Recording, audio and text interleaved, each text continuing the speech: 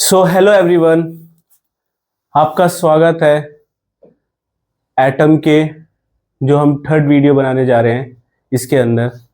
और अभी तक की जो दो वीडियो थी, अगर आपने वो नहीं देखी है तो आपको ज़रूर देखनी चाहिए, क्योंकि ये तीसरा पार्ट आपको नहीं समझ आएगा। तो आप उन दो वीडियो को ज़रूर देखें। और अगर हमने उन दो वीडियो में क्या क्या सीखा था या क्या क्या देखा था, तो सबसे पहले हमने जे थॉमसन का जो मॉडल था उसको देखा था।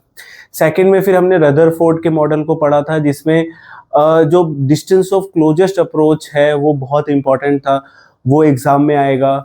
और साथ में हमने जो स्कैटरिंग ऑफ लाइट का ग्राफ था वो बहुत इंपॉर्टेंट है, वो एग्जाम के अंदर आएगा, है ना। डिस्टेंस ऑफ क्लोजेस्ट अप्रोच से हमने न्यूक्लियर का साइज का एक एस्टिमेट लिया था कि भाई न्यूक्लियस इससे कम होगा। फिर रदरफोर्ड की हमने लिमिटेशन पढ़ी, और फिर हमने बोर एटॉमिक मॉडल को देखा कि बोर ने किस तरीके से एटॉमिक मॉडल को बताया। ठीक है, वही बोर के जो मॉडल है, क्योंकि जब रदरफोर्ड का मॉडल आया था उससे पहले हम ये देख रहे थे कि जो हाइड्रोजन जो है वो 3-4 तरह की वेवलेंथ को एमिट भी कर रहा है और एब्जॉर्ब भी कर रहा है। तो जब बोर ने अपना एटॉमिक मॉडल दिया, तो उस मॉडल में उसने बताया कि उसने जब मॉडल दिया तो और जो ये लाइट एमिट हो रही थी उसने इस बात को भी एक्सप्लेन कर दिया। और आज हम यही देखेंगे कि किस तरीके से एक एटम के अंदर से इलेक्ट्रोमैग्नेटिक वेव या लाइट निकलती है, या लाइट किस तरीके से एटम किसी तरीके से किसी लाइट को एब्जॉर्ब कर लेता है ना। तो चलो शुरू करते हैं। तो जो बात आई थी स्टार्टिंग में कि जो वो एक्सप्लेन कर रहा था वो था spectral series of hydrogen. Hydrogen के अंदर 4-5 तरह की वेवलेंथ हाइड्रोजन एब्जॉर्ब कर रहा था और हाइड्रोजन एमिट कर रहा था। तो उसने उसको समझाने का ट्राई किया। तो हमने अभी तक ये निकाल लिया था कि जो एनर्जी किसी एक ऑर्बिट पे इलेक्ट्रॉन की जो एनर्जी होगी, टोटल एनर्जी, उसका फॉर्मूला होगा -2π² mk² Z e⁴ अपॉन में h², है ना। ये हमारा फॉर्मूला था।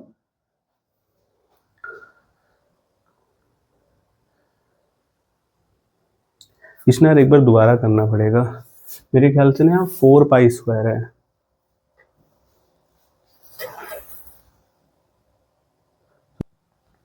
है ना।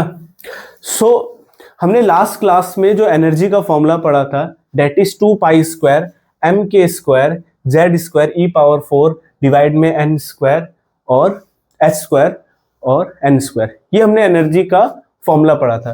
तो बोर ने बताया कि मान के चलो कि ये कोई न्यूक्लियस है और इलेक्ट्रॉन किसी भी ऑर्बिट में, हम लेट करते हैं कि ये n1 ऑर्बिट है, जो नीचे वाला ऑर्बिट है वो n1 ऑर्बिट है, कुछ भी हो सकता है, इनकी n1 1 2 3 4 5 कुछ भी हो सकता है। और इसके ऊपर एक ऑर्बिट और है जिस ऑर्बिट का नाम दे दिया n2।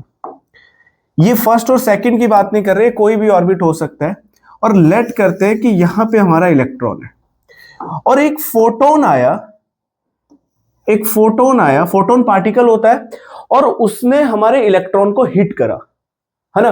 तो फोटोन अपनी सारी की सारी एनर्जी, जो ये क्या था हमारा फोटोन हमारा सारी की सारी एनर्जी हमारी इस वाले इलेक्ट्रॉन में ट्रांसफर कर देगा।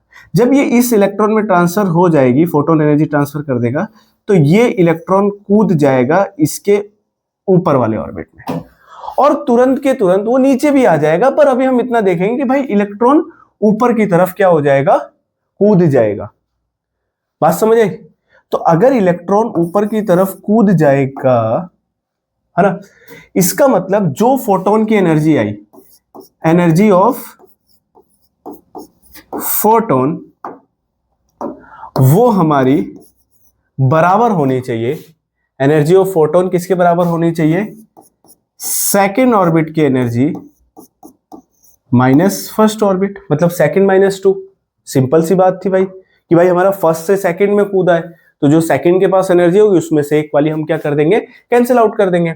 अब energy of photon according to Planck और आइंस्टाइन h टाइम न्यू होती है, न्यू इज फ्रीक्वेंसी।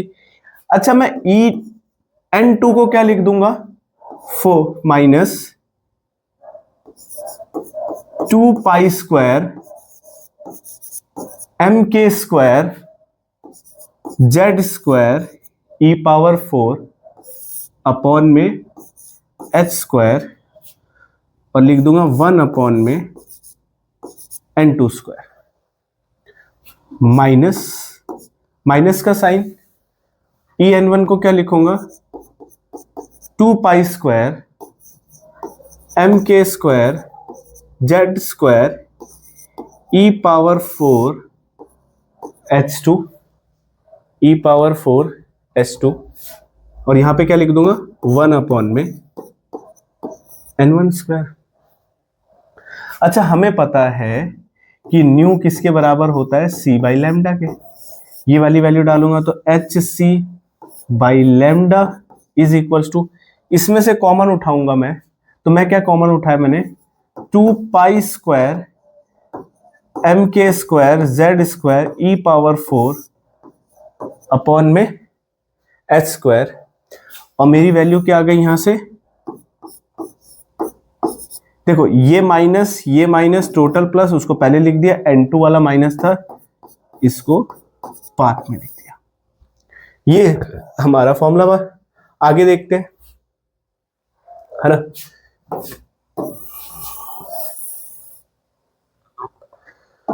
हमारा जो यहां से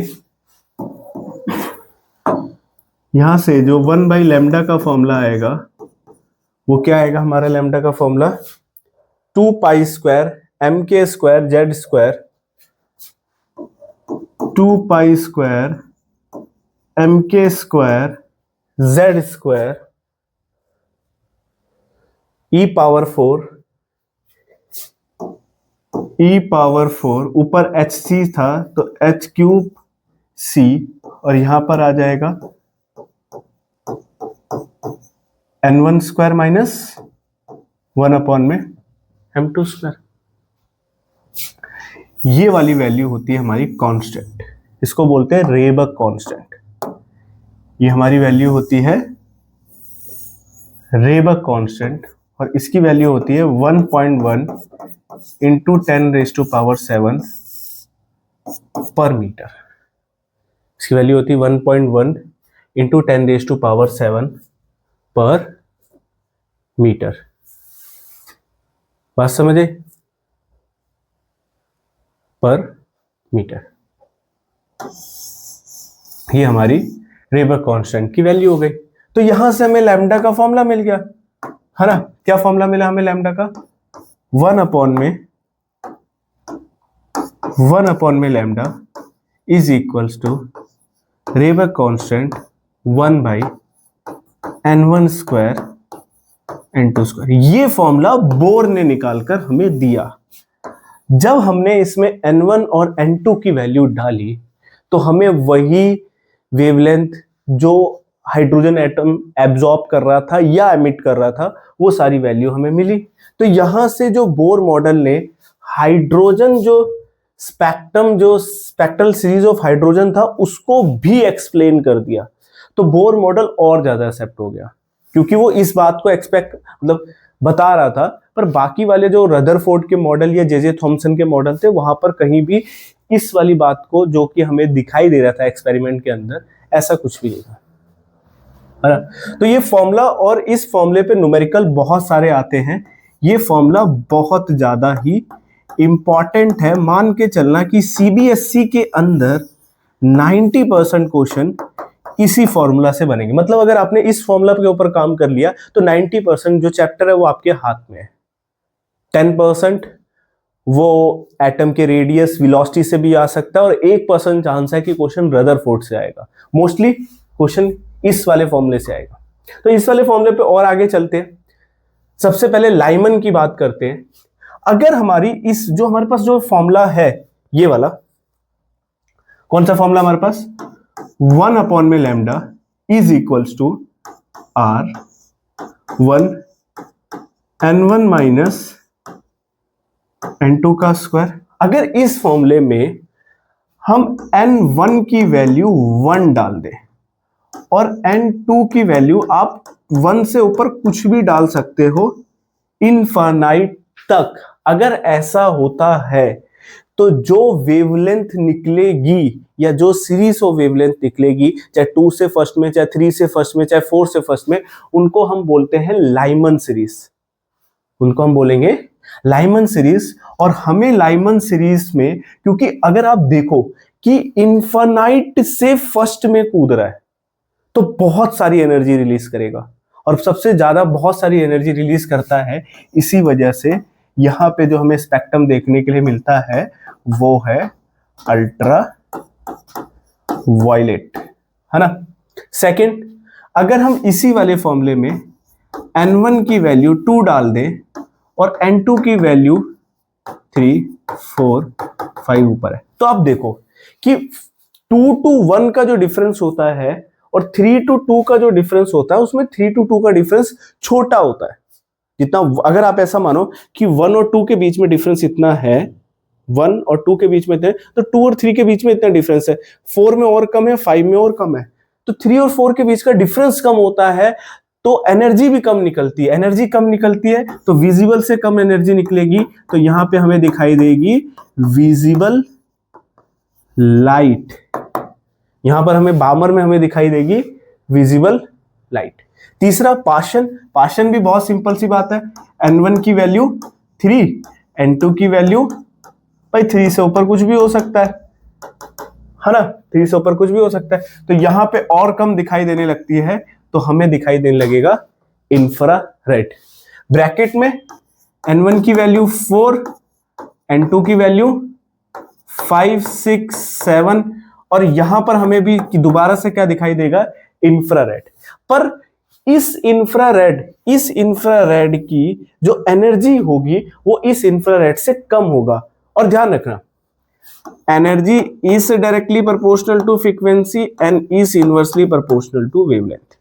डायरेक्टली प्रोपोर्शनल एनर्जी फ्रीक्वेंसी के होता है और इनवर्सली प्रोपोर्शनल होता है वेवलेंथ के। मतलब अगर इसकी एनर्जी कम हुई तो इसकी वेवलेंथ क्या होगी, ज्यादा होगी। मीनिंग ब्रैकेट वाले के जो इंफ्रारेड होगा, इसकी हैज मोर वेवलेंथ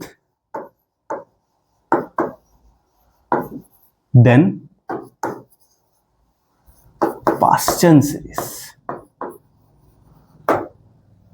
ध्यान रखना, अगर एग्जाम में क्वेश्चन आ गया कि भाई आपको सीरीज बोल दिया और बोला कि इनको असेंडिंग ऑर्डर में या डिसेंडिंग ऑर्डर में लगा दो on the basis of frequency या वेवलेंथ, तो ध्यान रखना जैसे जैसे हम सीरीज की तरफ बढ़ते जा रहे हैं वेवलेंथ बढ़ती चली जाएगी और फ्रीक्वेंसी कम होती चली जाएगी, क्योंकि एनर्जी कम होती चली जा रही है। जैसे जैसे वो N1 से 2 या 3, 4, 4 जैसे जैसे ऊपर की तरफ N1 की वैल्यू जा रही है, एनर्जी कम होती रह रही है, तो फ्रीक्वेंसी कम होगी और वेवलेंथ बढ़ जाएगी। ये बात आपको ध्यान रखनी है। जो लास्ट सीरीज हमारे पास है वो है पी फंड मतलब N1 इज इक्वल्स टू 5 और N2 इज इक्वल्स टू 6, 7, 8, और यहां पर भी क्या निकलेगी, इंफ्रारेड निकलेगी, और इनकी जो वेवलेंथ होगी वो और ज्यादा होगी, मोर देन, किससे मोर देन होगी, ब्रैकेट से भी होगी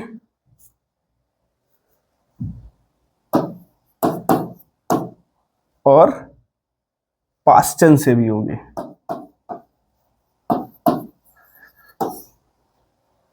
सबसे इंपॉर्टेंट नेक्स्ट बात जो आपको बड़ी ध्यान से समझनी है, लास्ट ईयर हर बार न्यूमेरिकल, जेई में, नीट में इस बात पे आते हैं, और इस बात को बड़े ध्यान से समझना है। अगर आपसे बोला जाए, मैंने अभी भी बताया, अगर मिनिमम फ्रीक्वेंसी है तो इसका मतलब होता है मैक्सिमम वेवलेंथ, और फ्रीक्वेंसी डायरेक्टली प्रोपोर्शनल होती है एनर्जी के। तो अगर आपसे बोला जाए कि भाई ये N1 की वैल्यू है और ये N2 की वैल्यू है और यहां पे कहीं N इंफिनिटी है, तो भाई अगर कोई यहां से यहां तक कूदा कुछ एनर्जी छोड़ेगा, पर यहां से यहां तक कूदा तो ज्यादा एनर्जी छोड़ेगा। इसका मतलब अगर हम N2 की वैल्यू इनफाइनाइट ले ले, मतलब इलेक्ट्रॉन हमारा इनफाइनाइट से N1 पे कूद रहा है, तो सबसे ज्यादा एनर्जी निकलेगी, मतलब मैक्सिमम फ्रीक्वेंसी निकलेगी और मिनिमम वेवलेंथ होगी। ध्यान रखना ये क्वेश्चन एग्जाम में आएगा कि भाई बामर सीरीज की मैक्सिमम फ्रीक्वेंसी निकाल दो या मैक्सिमम वेवलेंथ निकाल दो, तो बामर सीरीज बोला गया है। अगर बामर सीरीज बोला गया है तो बामर सीरीज उसमें बोला मैक्सिमम फ्रीक्वेंसी निकालनी है, तो बामर सीरीज में n1 की वैल्यू तो फिक्स है, दैट इज 2। मैक्सिमम क्या बोल दिया, अगर हमें बोल दिया मैक्सिमम वेवलेंथ निकालनी है मतलब मिनिमम फ्रीक्वेंसी, तो n2 की वैल्यू अपने आप ही 3 कर दोगे। और अगर आपसे बोला कि भाई मिनिमम वेवलेंथ निकालनी है तो अपने आप ही n2 की वैल्यू क्या हो जाएगी, इनफाइनाइट। ये बात आपको ध्यान रखनी है, इंपॉर्टेंट बात है, ठीक है। तो अगर मिनिमम फ्रीक्वेंसी का मतलब मैक्सिमम वेवलेंथ, मैक्सिमम फ्रीक्वेंसी का मतलब मिनिमम वेवलेंथ, मिनिमम वेवलेंथ का मतलब कि आप एक प्लस कर दोगे उसके अंदर। अगर वो पास्टन होता और बोल देते मिनिमम फ्रीक्वेंसी निकालनी है तो आप n2 को 6 ले लेते। ऐसे ही अगर आपसे मैक्सिमम फ्रीक्वेंसी पूछी है तो मैक्सिमम फ्रीक्वेंसी का मतलब है सबसे ऊपर से कूदेगा, और सबसे ऊपर जो है वो हमारा इनफाइनाइट होता है, तो आप n2 की जगह इनफाइनाइट डाल दोगे, है ना। एनर्जी लेवल डायग्राम है, पर इससे पहले क्वेश्चन सेम टू सेम हम देखते हैं। ये लिखा है short wavelength limit of Lyman series of hydrogen spectrum is this। Short wavelength limit of बामर आपको निकालिए। शॉर्ट वेवलेंथ लिमिट मतलब शॉर्टेस्ट वेवलेंथ जो लाइमन की आपको दे रखी है, लैम्डा किसकी दे रखी है, शॉर्टेस्ट आपको दे रखी है, दैट इज 913.4 एंगस्ट्रॉम। और हमें बामर सीरीज की शॉर्टेस्ट वेवलेंथ निकालनी है। भाई शॉर्टेस्ट वेवलेंथ निकालनी है, शॉर्टेस्ट निकालनी है, किसकी निकालनी है, बाल्मर मतलब n1 की वैल्यू तो 2 हो गई, n2 की वैल्यू शॉर्टेस्ट वेवलेंथ बात करी हमने इसके ऊपर। शॉर्टेस्ट वेवलेंथ मतलब minimum wavelength, maximum frequency, n2 अपने आप ही क्या हो जाएगा, इंफिनिटी हो जाएगा। तो n2 अपने आप ही इंफिनिटी हो जाएगा, इसका मतलब n2 अपने आप ही क्या हो जाएगा, इंफिनिटी हो जाएगा। अब यहां पे हमें कांस्टेंट नहीं गिवन है, जो रेबक कांस्टेंट था, और हम उसको याद भी नहीं रखते, हम चाहते हैं कि वो एग्जाम में गिवन करेगा, तो उसने उसको गिवन करने के लिए ऊपर वाले तरीके का यूज करा है। ध्यान रखना ये क्वेश्चन आया है जेई में। तो एक तो सीधा तरीका है कि भाई आपको याद है 1.1 इंटू 10⁻7 है ना, 10⁻7 मेरे ख्याल से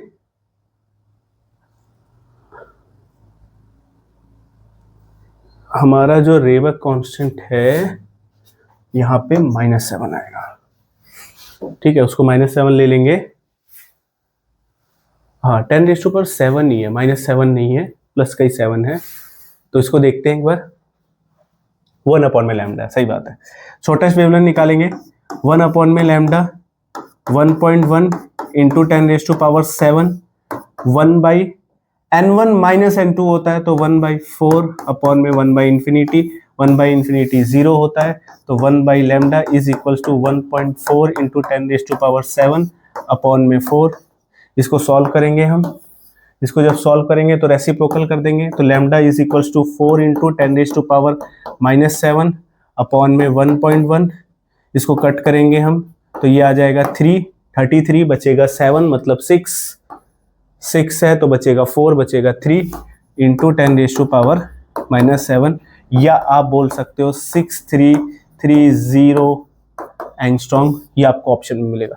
तो ध्यान रखना हमसे बोला गया शॉर्टेस्ट निकालनी है, तो हमने मैक्सिमम फ्रीक्वेंसी का केस मिला, मतलब सबसे ऊपर से कूदा, तो हमने n2 को इन्फिनिटी ले लिया। और ये तो बात याद रखना ही है कि लाइमन के लिए 1, बामर के लिए 2 ब्रैकेट, पास्टन और उसके लिए 1 2 3 4 5, ऐसे आपको वो सीरीज याद रखनी पड़ेगी, ऑप्शन नहीं है हमारे पास, है ना। अब जैसे हमको एक और दे दिया, पर इसमें electron of atom is in second excited state, calculate the wavelength of Lyman series can be emitted. इसको देखते हैं अभी एक बार, सेकेंड एक्साइटेड स्टेट को समझेंगे। उसके बाद आगे बात करेंगे। हम बात कर रहे हैं energy level diagram for hydrogen. अगर हम एनर्जी का फॉर्मूला देखें तो भाई एनर्जी का फॉर्मूला हमारे लिए जो है 2 पाई स्क्वायर के ई पावर 4 के स्क्वायर ई पावर 4 और है हमारे पास ई पावर 4 अपॉन में एच स्क्वायर है और जेड स्क्वायर एन स्क्वायर अलग ले लेंगे।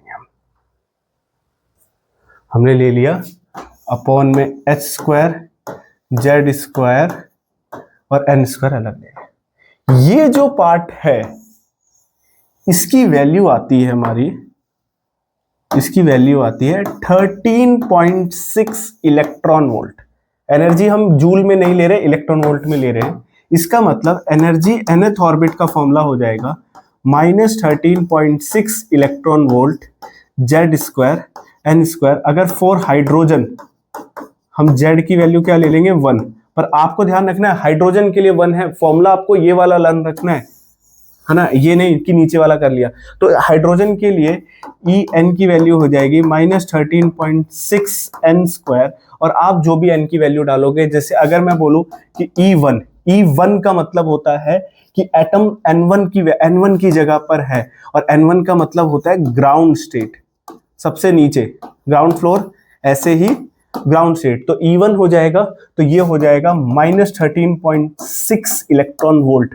अगर मैं बोलूं E2 तो आप क्या करोगे -13.6 एन की वैल्यू 2 डालोगे, 2 डलते ही यहां पर आ जाएगा 4, और 4 डलते ही हमारी जो वैल्यू आएगी वो आएगी -3.6 इलेक्ट्रॉन वोल्ट। अगर मैं एन की वैल्यू 3 डालूंगा तो वो आ जाएगी -1.5 इलेक्ट्रॉन वोल्ट, और ऐसे करके ऊपर की तरफ जाएगी, और ई इंफिनिटी पे जो हमारी एनर्जी होगी वो होगी 0 इलेक्ट्रॉन वोल्ट, है ना। ये ध्यान रखना है, N1 का मतलब ग्राउंड स्टेट, N2 का मतलब फर्स्ट स्टेट, N3 का मतलब सेकेंड एक्साइटेड स्टेट। अच्छा, अगर ऐसा क्वेश्चन आ जाए कि हमारा जो इलेक्ट्रॉन है वो n = 5 में है, n = 5 में है, और वो कितनी पॉसिबल लाइट छोड़ सकता है, तो जैसे n = 5 में, तो भाई ऐसे भी कूद सकता है, या ऐसे कूदेगा और फिर इधर कूद जाएगा, या ऐसे कूदेगा फिर इधर कूदेगा फिर इधर कूद जाएगा, तो इसमें एक लाइट निकलेगी, इसमें एक अलग तरह की लाइट, ऐसे अलग अलग तरह की लाइट निकल सकती है। तो ध्यान रखना, नंबर ऑफ जो स्पेक्ट्रल लाइन पॉसिबल है, नंबर ऑफ स्पेक्ट्रल जो लाइन पॉसिबल है उसका फॉर्मूला होता है n-1/2। ये फॉर्मूला आप डायरेक्ट लिखोगे, जैसे मैंने बोला कि भाई n = 5 है, तो n = 5 के केस में अब 5 × 4/2 कितना आ जाएगा, 10 लाइन पॉसिबल है। तो आप इसको इस तरीके से डायरेक्ट कर सकते हो। सीबीएसई में, एमसीक्यू में, नीट वीट में बहुत जगह ये आता ही रहता है ना। तो ये एनर्जी लेवल डायग्राम है। अगर आप देखो कि 1 और 2 के बीच का कितना गैप है, पर 2 और 3 का गैप कम है, गैप ये छोटा होता चला जाता है और बहुत छोटा हो जाता है, क्योंकि energy is inversely proportional to N square, ये जैसे बढ़ते ये एक्सपोनेंशियल में बढ़ेगा, ये बहुत एक्सपोनेंशियल में कम होता रहेगा। एन आपने 1 2 बढ़ाया, वो एक्सपोनेंशियल में डाउन होता रहेगा, तो एनर्जी उसी हिसाब से रिलीज होगी, है ना। अब उस क्वेश्चन को देखते हैं एक बार। हाँ, सेकेंड एक्साइटेड स्टेट के अंदर है इलेक्ट्रॉन, मतलब N2 कितना हो जाएगा मेरा 3, सेकेंड एक्साइटेड स्टेट का मतलब 3। ठीक है, calculate the wavelength of light of Lyman series that can be emitted permissible transition of electron. तो हम ऐसा मानते हैं भाई, है ना, परमिसेबल लाइमन सीरीज के लिए बोल दिया है। लाइमन का मतलब होता है, लाइमन का मतलब हमारा क्या होता है, हमने क्या पढ़ा है, लाइमन सबसे पहली वाली सीरीज N1 की वैल्यू 1 होती है ना।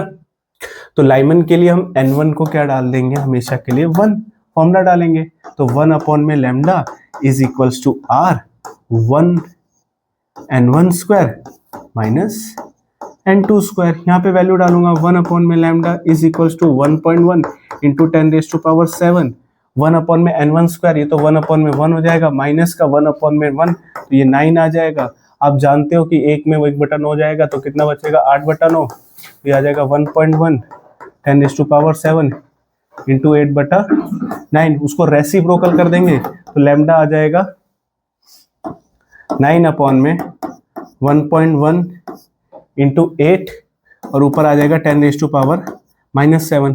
अगर आपको नीचे 8 दिख रहा है, नीचे अगर आपको 8 दिख रहा है तो आप 125 से ऊपर मल्टीप्लाई करो और 125 से नीचे मल्टीप्लाई कर दो। बहुत सिंपल सा। इसको मल्टीप्लाई करोगे तो ये हो जाएगा 9 इंटू 125 इंटू 10⁻⁻7 और ये 1.8 और ये बन जाएगा 1000, है ना, 1000 बन जाएगा। इसको इससे काट सकते हैं हम, तो एक पॉइंट ऊपर में ले जाता हूँ, एक पॉइंट से पॉइंट काट दूंगा, ये 11 हो जाएगा। 11 जा 121 बचेगा 4 का मतलब आ जाएगा ये 3, तो ये बचेगा 9 इंटू 11.3 इंटू 10⁻⁻7। इसको सॉल्व करेंगे, अप्रॉक्स 100 के आसपास आंसर आ जाएगा और ये हमारी मीटर के अंदर वैल्यू दे देगा, है ना। तो आपको बस n1 n2 का बड़ा तगड़ी तरीके से ध्यान देना है और आपने ये वाला फॉर्मूला लगना है। ये क्वेश्चन भी सीबीएसई के 2023 में पूछा गया था, मतलब सीबीएसई ऐसे ही क्वेश्चन एग्जाम में देता है। आगे बात करते हैं। आगे हमारे पास है लिमिटेशन बोर की। बोर की लिमिटेशन एग्जाम में आएगी, आपको कम से कम 2 लिमिटेशन याद रखनी है और अगर आप जेईई या नीट के लिए तो आप एक बार उसको पढ़नी है, क्योंकि आपको सेशन रीजन में पूछी जा सकती है बोर की लिमिटेशन। तो भाई बोर की क्या जो सबसे बड़ी लिमिटेशन थी कि ये जो मॉडल है ये सिर्फ और सिर्फ हाइड्रोजन लाइक सिंगल इलेक्ट्रॉन के लिए पॉसिबल है। अगर एटम के अंदर 2 से ज्यादा इलेक्ट्रॉन आ गए तो ये मॉडल गलत हो जाएगा। हाइड्रोजन लाइक सिंगल इलेक्ट्रॉन का मतलब क्या है? मतलब हाइड्रोजन के लिए तो है ही है ना। हीलियम में होते हैं 2 इलेक्ट्रॉन, आप प्लस चार्ज लगाओगे तो 1 इलेक्ट्रॉन निकल जाएगा। तो लिथियम के लिए क्या होगा 2+, बेरिलियम के लिए क्या होगा 3+, बोरोन के लिए क्या होगा 4+। मतलब जितने उसके अंदर इलेक्ट्रॉन थे एक को छोड़ के बाकी सब निकाल देना है, और जब आप इलेक्ट्रॉन निकालोगे तो उसके ऊपर पॉजिटिव है। तो वो ऐसे जो एटम है जिनके एटम के अंदर एक ही इलेक्ट्रॉन बचा है, सिर्फ उनके लिए एप्लीकेबल है। तो फर्स्ट ये होगा और ये सबसे इंपॉर्टेंट, मतलब मेन लिमिटेशन इसका यही है कि ये सिर्फ हाइड्रोजन या ऐसे एटम के लिए पॉसिबल है जिनके आउटर शेल में या मैक्स जो बाहर वाला शेल क्या जो शेल के अंदर सिर्फ एक ही इलेक्ट्रॉन हो। इसके अलावा जो certain not single group of close line with slightly different frequency, Bohr theory can not explain the feature of hydrogen spectrum. ठीक है, ये कह रहा है in the spectrum of hydrogen certain spectral line are not single line but a group of close line with slightly different from frequency. इन्होंने बोला कि जब n1 से n3 से n1 के ऊपर कूद रहा था तो जरूरी नहीं कि एक वेवलेंथ की लाइट हमें थोड़ी और अलग अलग फ्रीक्वेंसी या वेवलेंथ की लाइट उस समय मिल रही थी। तो उसने तो हमारे फॉर्मूले के हिसाब से तो एक ही वेवलेंथ पॉसिबल है, वो जो गिरेगी n2 से n3 जिसकी है, पर हमें और भी वेवलेंथ की लाइन पॉसिबल हो रही थी। तो ये बातें उससे कि वो कैसे आ रही थी ये बात एक्सप्लेन नहीं हो पा रही थी। तीसरा, बोर ने ये माना था कि जो एटम होते हैं वो प्लैनेट की तरह ही मूव करते हैं, पर प्लैनेट तो एक्लिप्स पाथ में मूव करते हैं, है ना। 1-2 प्लैनेट है जिनका पाथ नियरली सर्कुलर है, तो इसने उसको सर्कुलर क्यों ट्रीट करा, एक्लिप्स क्यों नहीं बताया कि भाई इलेक्ट्रॉन एक्लिप्स में भी हो सकते हैं, तो ये भी एक्सप्लेनेशन नहीं थी। तो इसकी वजह से बोर ठीक नहीं है। इसके अलावा जो इलेक्ट्रॉन होते हैं वो वेव प्रॉपर्टी भी शो करते हैं, मतलब जैसे डुअल नेचर ऑफ मैटर था है ना, डुअल नेचर मैटर हमने पढ़ा, तो उसके अंदर लाइट वेव है तो पार्टिकल नेचर शो कर रही है, तो डी ब्रोगली ने बोला कि भाई इलेक्ट्रॉन वेव नेचर भी शो करेगा। और तो हमें कहीं से भी बोर के मॉडल से ये पता नहीं लग रहा है कि इलेक्ट्रॉन वेव नेचर उसका कैसा है या जो भी है ना। तो ये इनके बोर के एक तरीके से लिमिटेशन बोल सकते हो। पर आप ऐसा मानो कि अभी बेस्ट जो मॉडल है, अगर आप क्लासिकल फिजिक्स के हिसाब से देखो तो वो बोर का ही मॉडल है। पर हर जगह हर जो चीज हम देख रहे हैं उस पे बोर का मॉडल एकदम परफेक्ट तरीके से सही नहीं बैठ पाता, पर मैक्सिमम चीजों को एक्सप्लेन कर रहा है, पर परफेक्ट तरीके से सही नहीं बैठ पा रहा। तो हमें 4-5 मॉडल को मिलाकर एटम के स्ट्रक्चर को समझने का ट्राई करते कि भाई अच्छा हमें ये चीज देखी है एक्सपेरिमेंट के अंदर तो इसके लिए एक अलग मॉडल है, और हम ये चीज देख रहे हैं तो उसके लिए फिर हम उन 4-5 मॉडल को ही मानते हैं कि भाई ऐसा एटम होगा, और अलग अलग बिहेवियर को अलग अलग स्ट्रक्चर के हिसाब से हम देखते हैं। एक लास्ट चीज जो हमें पढ़नी है वो एक्साइटेशन और आयोनाइजेशन पोटेंशियल या एनर्जी है। इसकी डेफिनेशन आपको रखनी पड़ेगी कि भाई अगर आपके एग्जाम में क्वेश्चन आया कि इलेक्ट्रॉन फर्स्ट ऑर्बिट से थर्ड ऑर्बिट में कूद गया, तो उसको कूदाने के लिए आपको कितनी एनर्जी देनी पड़ेगी, उसको एक्साइट करने के लिए आपको कितनी एनर्जी देनी पड़ेगी। तो बहुत सिंपल सी बात है भाई, जो फर्स्ट की एनर्जी थी, जो सेकंड एनर्जी थी, जो थर्ड की एनर्जी थी, आप क्या करो, थर्ड वाली में से फर्स्ट वाली को माइनस कर दो। और वही किया गया कि भाई अगर मेरा फर्स्ट एक्साइटेड जो एनर्जी हाइड्रोजन की होगी, मतलब फर्स्ट से सेकंड में कूदेगा, तो मैं सेकंड माइनस फर्स्ट कर दूंगा, वो 10.2 इलेक्ट्रॉन वोल्ट आ जाएगी। अगर सेकंड एक्साइटेड एनर्जी की बात कर रहा हूं कि फर्स्ट से सीधा थर्ड में कूद जाए, तो आप क्या करोगे, थर्ड वाली एनर्जी को फर्स्ट से माइनस कर दोगे, इसको माइनस कर दोगे, आपको सेकंड एक्साइटेशन एनर्जी आपको मिल जाएगी। ठीक है, तो excitation energy of atom is defined as the energy required by the electron to jump from ground state to any one excited state n2 n3 n4 जिसमें भी आप करना चाहते हो आप उसकी एनर्जी को डाल सकते हो। Last ionisation energy. Ionisation energy का मतलब है कि आप उसको ग्राउंड स्टेट से n1 से उठाकर आप उसको कितना दूर फेंक दो, इन्फिनाइट से। तो सिंपल सा फॉर्मूला है कि भाई ई इन्फिनाइट माइनस ग्राउंड स्टेट कर देंगे, और क्योंकि ई इन्फिनाइट जीरो ही होगी वहां पे तो कोई एनर्जी बचती नहीं, तो एक्साइटेड एनर्जी हाइड्रोजन के लिए जैसे 13.6 इलेक्ट्रॉन वोल्ट आ गई। आपसे बोला हीलियम के लिए बता दो, तो हीलियम के लिए फॉर्मूला है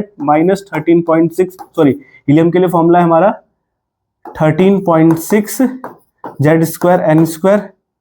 तो उसके लिए हम यहाँ पे 4 की 4 से मल्टीप्लाई कर देंगे इसको और वैल्यू डाल देंगे, हमारा आंसर आ जाएगा। बात समझ आई आपको, है ना।